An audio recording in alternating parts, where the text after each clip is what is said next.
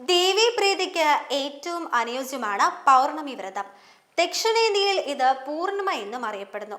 അന്നേ ദിവസത്തെ പ്രാർത്ഥനയും വ്രതാനുഷ്ഠാനവും മുൻജന്മ പാപങ്ങൾക്കുള്ള പരിഹാരമാണെന്നാണ് വിശ്വാസം. സർവ്വദൈവമാതാ പ്രീതിക്കും ഉത്തമമാണ് പൗർണമി വ്രതം. എല്ലാ മാസത്തിലെയും വെളുത്തവാവ് ദിവസം ഒരിക്കൽ ഊണായാണ് വ്രതം അനുഷ്ഠിക്കേണ്ടത്.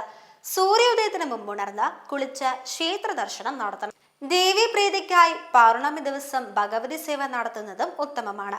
ലളിത സഹസ്രനാമവും ദേവീനാമങ്ങളും മന്ത്രങ്ങളും ഉരുവിട്ട് പ്രാർത്ഥിക്കുന്നത് അഭീഷ്ടകാര്യ പ്രദായകമായാണ് കരുതുന്നത്. പൗർണമി ദിവസം സൂര്യോദയം മുതൽ സൂര്യാസ്തമയം വരെ ഉപവാസം ആചരിക്കണം. പ്രഭാത സ്നാനത്തിന് ശേഷം ദേവീക്ഷേത്ര ദർശനവും വഴിപാടുകളും കഴിച്ച ദേവീ സ്തുതികൾ ജപിക്കുക. അന്നേ ദിവസം ഒരിക്കലൂണ് മാത്രം കഴിക്കുക. ദേവീപ്രീതിയും അതുവഴി ഐശ്വര്യം, മനോബലം എന്നിവയും ഈ വ്രതം അനുഷ്ഠിക്കുന്നവർക്ക് ലഭിക്കും. ചന്ദ്രദശാകാല ദോഷം അനുഭവിക്കുന്നവർ പൗർണമി വ്രതം അനുഷ്ഠിച്ചാൽ കാലദോഷ കാഠിന്യം കുറഞ്ഞു കിട്ടും. വിദ്യാർത്ഥികൾ ഈ വ്രതം അനുഷ്ഠിച്ചാൽ വിദ്യാലാഭം ഉണ്ടാകും. 18 പ്രാവശ്യം ചിട്ടയായ വ്രതമെടുത്താൽ ഇഷ്ടകാര്യസിദ്ധിയും ദുരിതശാന്തിയും സർവ്വ ഐശ്വര്യവുമാണ് ഫലം. മംഗല്യവതികളായ സ്ത്രീകൾ ദശപുഷ്പങ്ങളിൽ ഒന്നായ മുക്കൂറ്റി പൗർണമി ദിവസം ചൂടുന്നത് ഭർത്തസുഖത്തിനും പുത്രഭാഗ്യത്തിനും ഏറെ നല്ലതാണ്. ഓരോ മാസത്തിലെയും പൗർണമി വ്രതത്തിന് ഓരോ ഫലങ്ങളാണുള്ളത്.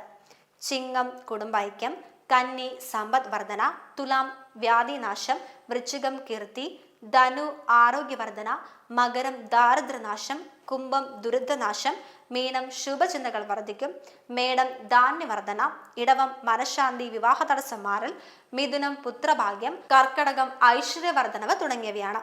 ഇനി പൗർണമി വ്രതം അനുഷ്ഠിക്കേണ്ട വിധം എങ്ങനെയാണെന്ന് നമുക്ക് നോക്കാം. ഒന്നാമത്തേത് ബ്രഹ്മമുഹൂർത്തത്തിൽ ഉണരുക എന്നതാണ്. പ്രാണന് ഏറ്റവും കൂടുതൽ ഊർജം ലഭിക്കാൻ അനുയോജ്യമായ സമയമാണിത്. കോശങ്ങളെ ഉത്തേജിപ്പിച്ച് പുതിയ ഊർജം പകരാനിതനാകും. രണ്ടാമത്തേതായി വീടും ചുറ്റുപാടും വൃത്തിയാക്കണം. മൂന്നാമത്തേതായി കുളി കഴിഞ്ഞ് പുതുവസ്ത്രം ധരിച്ച് ക്ഷേത്ര ദർശനം നടത്തുക എന്നതാണ്. പുതുവസ്ത്രം എന്നാൽ അലക്കിയ വൃത്തിയുള്ള വസ്ത്രം എന്നാണ് അർത്ഥം. അലക്കാത്തതോ ചെളി പുരണ്ടതോ ആയ വസ്ത്രങ്ങൾ ഒരിക്കലും ധരിക്കരുത്. ഇനി അടുത്തതായി വാക്കുകളെയും ചിന്തകളെയും നിയന്ത്രിച്ച് ദേവീസ്തുതികളോ മന്ത്രങ്ങളോ ജപിക്കുക.